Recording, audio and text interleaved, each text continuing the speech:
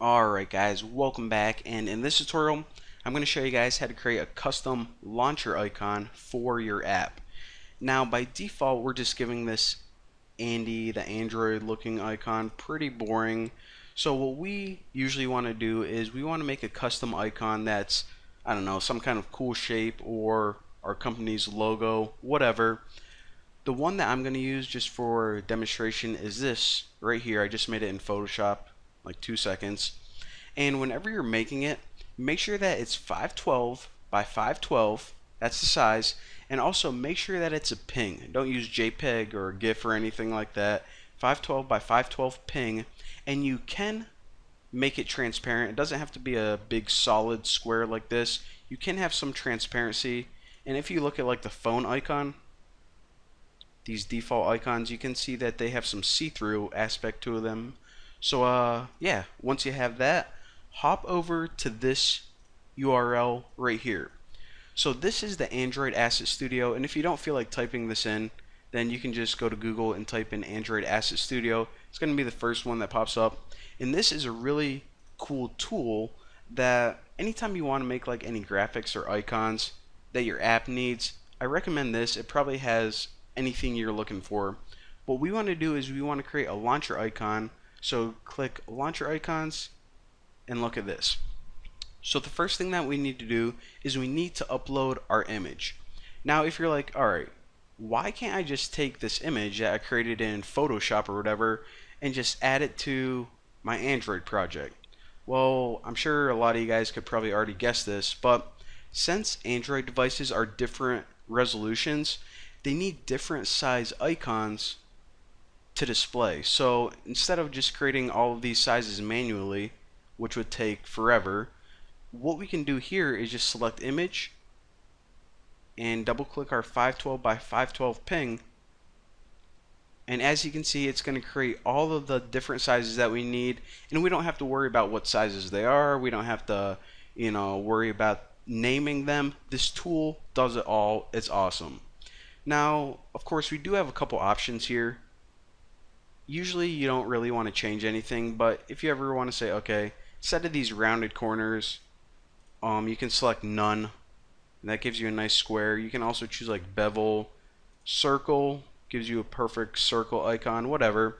Again, these are pretty much just our all personal preference, so I don't really need to talk about it in this tutorial. But one thing I am going to recommend is after you select whatever your default shape you want to choose generate web icon too. So this is going to give you a higher resolution optional icon, and later on when I talk to you guys about distributing apps, I'm going to show you guys why you actually want this, but for right now just make sure it generates that as well. And now you can click download zip. So what this is going to do is it's going to pretty much create all of these icons at different sizes, and it's going to give you them in a nice little downloadable folder. So double click that and check this out. So this earlier one is when I was recording 5 minutes ago, and I learned that my microphone was on mute, so I can just go ahead and delete that. But once you have those downloaded, the first thing you want to do is extract them all, since it is in a zip folder now, and now check them out. So again, in all of the subfolders, it gives you a nice little different size. For example, in the HDPI, this size is 72 by 72. In the XHDPI, this size is 96 by 96, whatever. But now we need to figure out, okay, these are just in my downloads folder. I want to actually add them to the project. So let me do this. Let me move this on the right hand side, and just through Windows Explorer, navigate to your Android project. So mine is in test, and again that's just this one that I'm testing out right now. And if you go to app, source, main, res, you can see, okay, these are where I need to stick all my different size graphics. Now another thing I want to point out is that make sure that you don't name these anything different. You see how they're named IC Launcher by default? That's the default name that Android says, okay, whenever I'm looking for a launcher icon, I'm looking for the graphic name IC Launcher. So again, if you name them something different, then you're going to have to change some settings in the manifest. So just keep the same name. I just want to, warn you guys.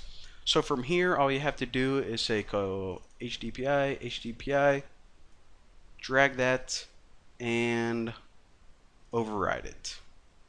Go back,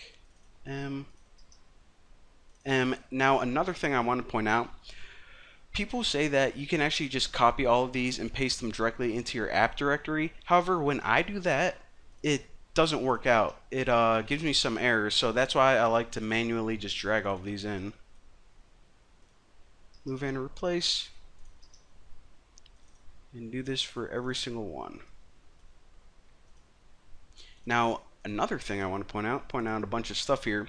You see that by default, your Android project, it only has H, M, X, and XX. However, whenever you downloaded it, it gave you this XXX folder as well. So what you can do is you can actually take this entire thing and just drag it over here, and then it'll give you another size icon that you didn't have before. So that is it, ladies and gentlemen. We can now close out of here, and if we rebuild this project, let me pause it and rebuild it. So check it out. We now have a custom launcher icon. Pretty sweet. So yeah, that's how you create it. That's how you use Android Asset Studios. And now you're going to have a custom launcher icon on every single device. So thank you guys for watching. Don't forget to subscribe, and well, I'll see you later.